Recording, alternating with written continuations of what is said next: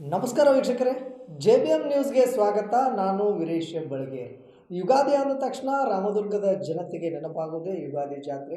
ಹಿಂದೂ ಸಂಪ್ರದಾಯದ ಪ್ರಕಾರ ಯುಗಾದಿ ಪಾಡ್ಯದಿಂದ ನಮ್ಮ ನವವರ್ಷ ಅಂದರೆ ಹೊಸ ವರ್ಷ ಪ್ರಾರಂಭವಾಗುತ್ತೆ. ಅದೇ ರೀತಿ ರಾಮದುರ್ಗದಲ್ಲಿ ಯುಗಾದಿ ಪಾಡ್ಯದಿಂದ ಪ್ರಾರಂಭವಾಗುವಂಥ ಜಾತ್ರಾ ಮಹೋತ್ಸವ ರಾಮನವಮಿಯನ್ನು ಶ್ರೀರಾಮನನ್ನು ತೊಟ್ಟಿಲಿಗೆ ಹಾಕುವುದರೊಂದಿಗೆ ಮರುದಿನ ಶ್ರೀ ಲಕ್ಷ್ಮೀ ವೆಂಕಟೇಶ್ವರ ರಥೋತ್ಸವದೊಂದಿಗೆ ಜಾತ್ರೆ ಅಂತ್ಯವಾಗುತ್ತದೆ.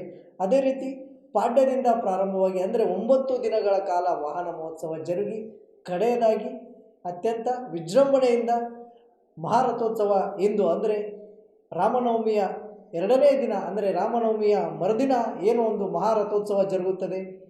ಆ ಒಂದು ಜಾತ್ರೆಗಾಗಿ ಲಕ್ಷಾಂತರ ಅಂದರೆ ಸಾವಿರಾರು ಭಕ್ತರು ತಮ್ಮ ವರ್ಷವಿಡೀ ಈ ಒಂದು ಜಾತ್ರೆಗೋಸ್ಕರ ಕಾದು ಕುಳಿತಿರ್ತಾರೆ. ಈ ಕುರಿತು ಒಂದು ವರದಿದೆ, ಬನ್ನಿ ವೀಕ್ಷಿಸೋಣ. ರಾಮದುರ್ಗ ಪಟ್ಟಣದ ಆರಾಧ್ಯ ದೈವ ಶ್ರೀ ಲಕ್ಷ್ಮೀ ವೆಂಕಟೇಶ್ವರ ಜಾತ್ರಾ ಮಹೋತ್ಸವವು ಪ್ರತಿ ವರ್ಷದಂತೆ ಈ ವರ್ಷವೂ ಭಕ್ತಿ ಭಾವ ಮತ್ತು ವೈಭವದಿಂದ ನೆರವೇರಿತು. ಈ ಪುರಾತನ ದೇವಾಲಯವನ್ನು ಮರಾಠ ಆಡಳಿತದ ಕಾಲದಲ್ಲಿ ಅಂದರೆ ರಾಮದುರ್ಗ ಸಂಸ್ಥಾನದ ಕೊನೆಯ ಅರಸು ರಾಮರಾವ್ ಭಾವೆ ಅವರು ನಿರ್ಮಿಸಿದ್ದು ಇತಿಹಾಸವೇ ಹೇಳುತ್ತದೆ.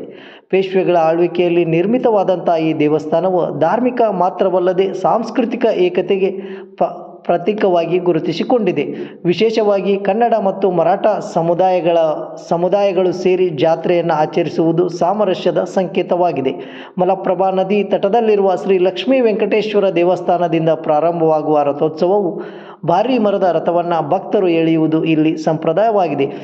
ತೇರ ಬಜಾರದ ಹನುಮಪ್ಪನ ದೇವಸ್ಥಾನದ ದಿಬ್ಬದಲ್ಲಿ ತೇರನ್ನು 180 ಡಿಗ್ರಿಯಲ್ಲಿ ಪಟ್ಟಣದ ಬೋವಿ ಸಮಾಜದ ಭಕ್ತರು ತಿರುಗಿಸುವುದೇ ಇಲ್ಲಿನ ಒಂದು ವಿಶೇಷವಾಗಿದೆ. ಈ ಒಂದು ಅಭೂತಪೂರ್ವ ದೃಶ್ಯವನ್ನು ಕಣ್ತುಂಬಿಕೊಳ್ಳಲು ರಾಮದುರ್ಗ ಪಟ್ಟಣ ಸೇರಿದಂತೆ ಸುತ್ತಮುತ್ತಲಿನ ಗ್ರಾಮದ ಭಕ್ತರು ಸಾಕ್ಷಿಯಾಗಿರುತ್ತಾರೆ. ಒಟ್ಟಾರೆ ರಾಮದುರ್ಗದ ಶ್ರೀ ಲಕ್ಷ್ಮೀ ವೆಂಕಟೇಶ್ವರ ಜಾತ್ರಾ ಮಹೋತ್ಸವವು ಸಕಲ ಧರ್ಮ ಜಾತಿ ಮತ್ತು ಸಾಮರಸ್ಯವನ್ನು ಒಗ್ಗೂಡಿಸುವ ಅಭೂತಪೂರ್ವ ಉತ್ಸವವಾಗಿ ಮತ್ತೊಮ್ಮೆ ತನ್ನ ವೈಭವವನ್ನು ಸಾರಿದೆ.